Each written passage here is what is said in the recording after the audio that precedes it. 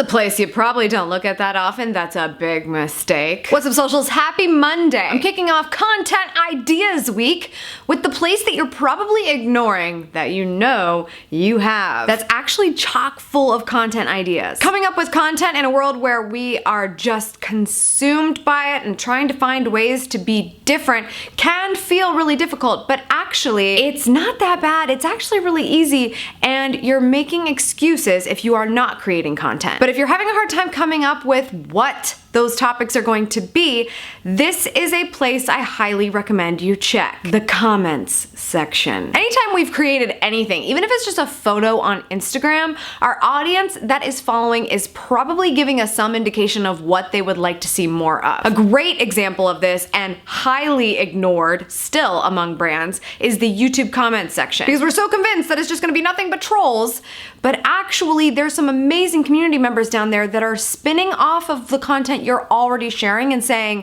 why don't you tell us more about this piece of it? Maybe deep dive into that. Maybe a question was spawned from a previous video that you could look at and say, that's an entirely new topic altogether. Too many of those brands out there creating content are standing on their soapbox and sharing their message, but not checking to see what happens with the conversation later. Not only is that irresponsible from an engagement standpoint, there are just too many ideas that you're probably ignoring in turn. And if we are in the business of creating content that is valuable for our audience, then that is exactly the next piece of content we should be creating, is what the audience is specifically asking for. Whether they're saying, please do a video about this, or just asking a question that they feel is a natural next piece. Get into your comment sections and see if there are not already content ideas sitting there, if you can continue conversation with people who might lead you to that new topic for your next video. Hopefully this helps you come up with some content ideas, but I have a few more if you'd like.